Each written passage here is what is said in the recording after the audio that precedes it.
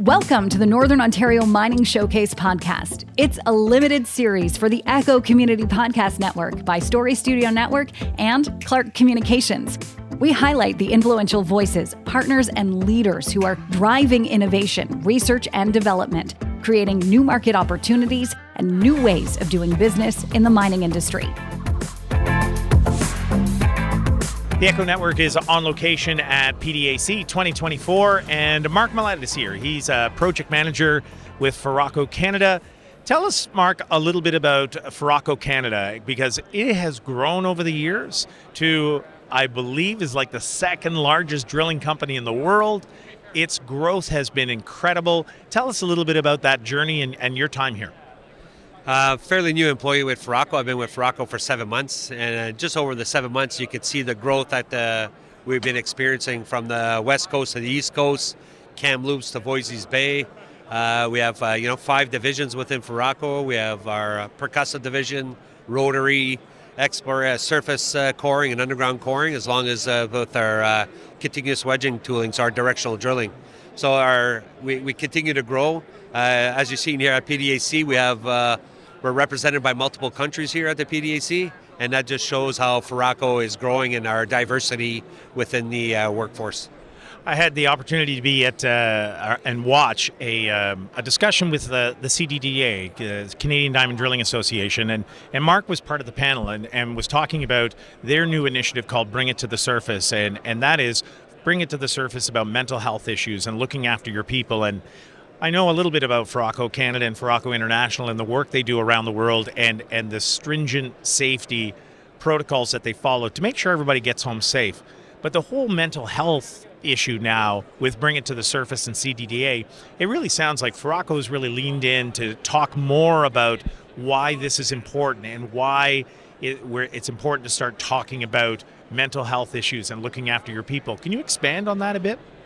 Certainly, like I mentioned at the conference this morning, Foraco doesn't want to be the company that's chosen just because of safety and production, but that we care for our workforce. Breaking the barriers down and allowing your workforce to talk to you and just being open to listen.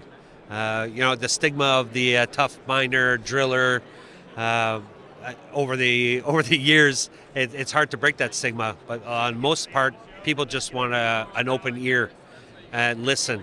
Visible felt leadership. So when I talk about visible felt leadership is supervisor, managers, being visible with your workforce on the field. And it breaks that barrier where people can feel comfortable saying, John, how are you doing today? It's not just, hey, how are you doing? It's, no, how are you doing today? You don't seem like yourself. And then that worker can maybe open up to you as a leader and then break that barrier. And then, if we save one person, then we've done our job.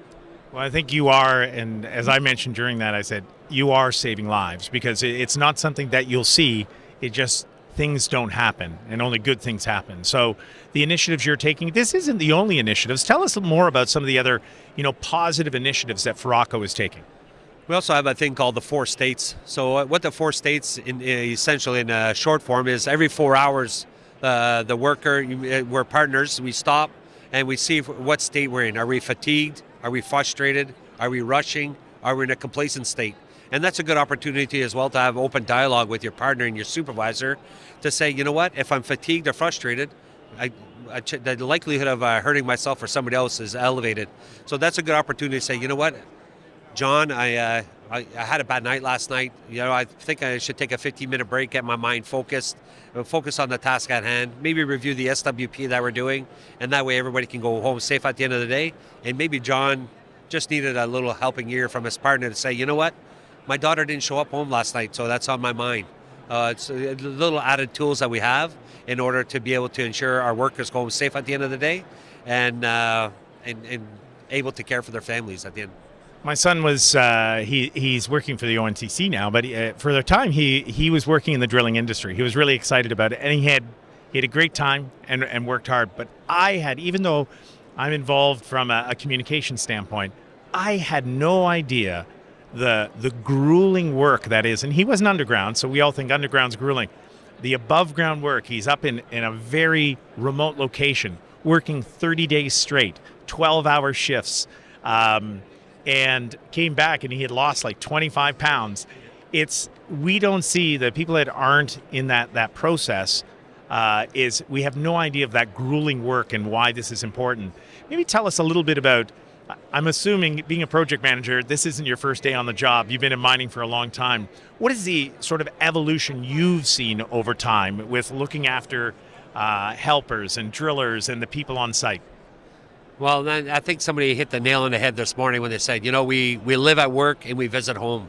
So the evolution around that and the new culture coming up is totally different from the old miner, hey, just pull up your pants and deal with it, young fella. It's, we have to change ourselves as leaders to say, hey, after 30 days, you're going home.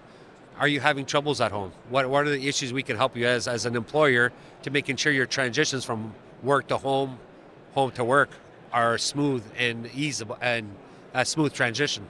Like we have EAP programs that people are not aware that, if you're having trouble with your wife or your daughter or your son, that those programs can help you deal with behavior modification programs, budgeting, whatever it is, all things that people don't realize that affect your mental health, and at the end of the day, can affect the safety of your workforce on the job.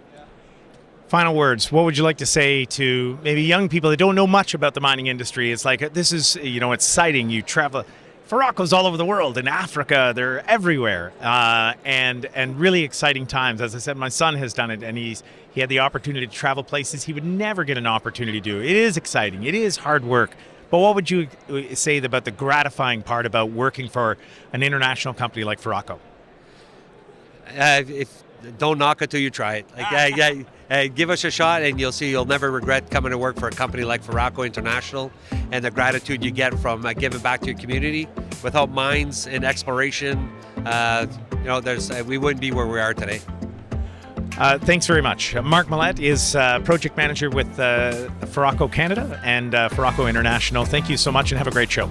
Thank you very much. Thanks for listening to the Northern Ontario Mining Showcase podcast. The series is produced for the Echo Community Podcast Network by Story Studio Network and Clark Communications.